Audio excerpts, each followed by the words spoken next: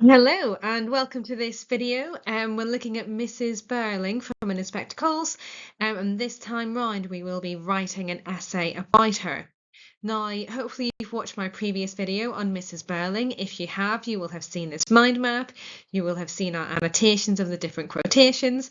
If you haven't watched the previous video, go back and watch it, and this video will make a whole lot more sense. Okay, so here's our question. How does Priestley present Mrs. Birling as a symbol of capitalism? And we're going to work through the different stages of the essay, starting with the introduction. And here we have our introduction. On the left-hand side, I have an example answer that I've written with my Year 10 class. Shout out to them, they are brilliant.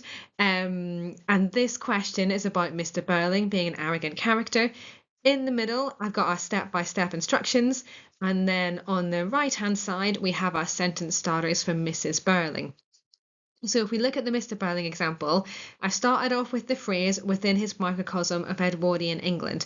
Now that's something that can help you get over the fear of the blank page. You go into the exam and you know that you can start like that. Then in blue, I've got the name Priestley. We're putting the writer's name there. Make sure you spell it correctly. Then I've got in pink my answer to the question. Priestley presents Mr. Birling as an arrogant character. Sticking with Mr. Birling then on the left-hand side, my because, really important word because it helps us to explain our ideas. You need to have loads of detail in your answers, get everything down on the page because the examiner doesn't know you. They don't know what's going on in your head. And the word because can help us to overcome that and to get loads of information down. So Priestley presents Mr. Birling as an arrogant character because he symbolises capitalist greed, as well as being a self-centred individualist dominating a patriarchal world. And finally, in red, I've got my key idea.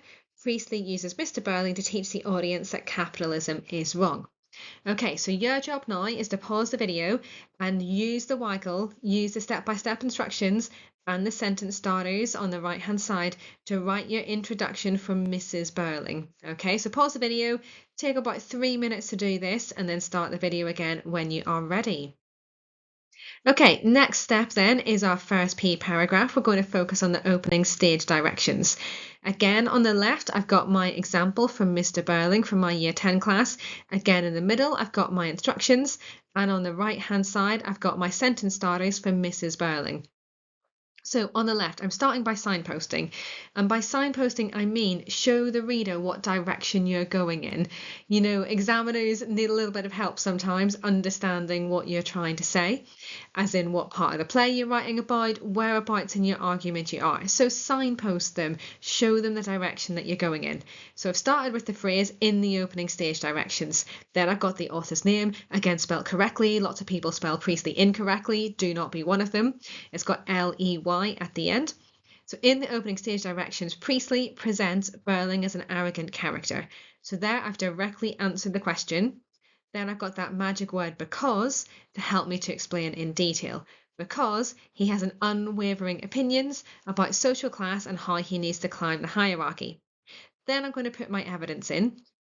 In the stage directions, Mrs. Birling is described as her husband's social superior. I need to explain my evidence. This suggests that Mr. Birling is pompous because he has achieved an excellent marriage and moved up the social hierarchy. He is putting on a facade of being upper middle class. However, his provincial, another bit of evidence, provincial accent reveals his working class origins.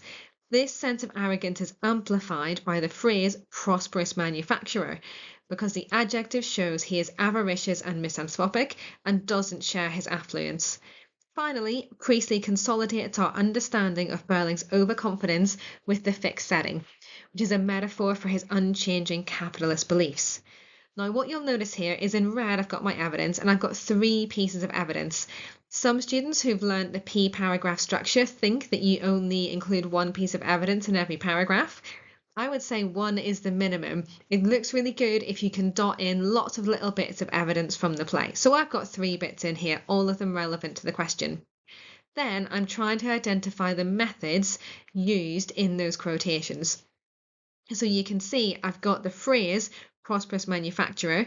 I've looked at the adjective. Later on, I'm thinking about the fixed setting. So all of those are methods, and a method is a deliberate choice that the writer has made. Then in grey, I need to explain why the methods are used. So the fixed setting, for example, is a metaphor. Those are the methods for his unchanging capitalist beliefs. Okay, so that's your example. Step by step in the middle. On the right-hand side, you've got your sentence starters for Mrs. Birling. Your job then is to take about 10 minutes to write your paragraph. And then when you're done, come back to the video and we'll do the next bit. Okay, so I'm not going to take you through this just as slowly because the next 3 paragraphs are also P's, are also analytical paragraphs or what, how, why paragraphs, whatever you call them.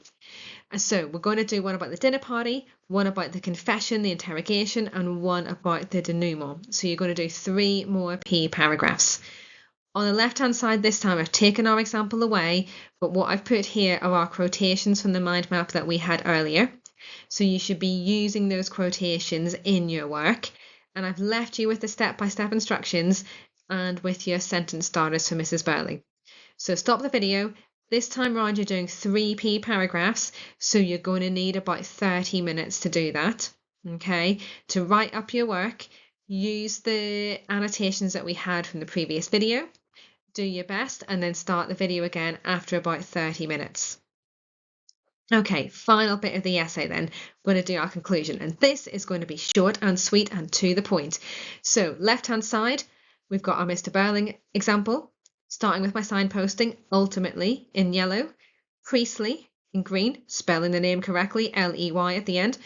Priestley presents Mr. Birling as an arrogant and obstinate capitalist because he doesn't change at all during the play. So there I am answering the question. And then I'm ending with my key idea.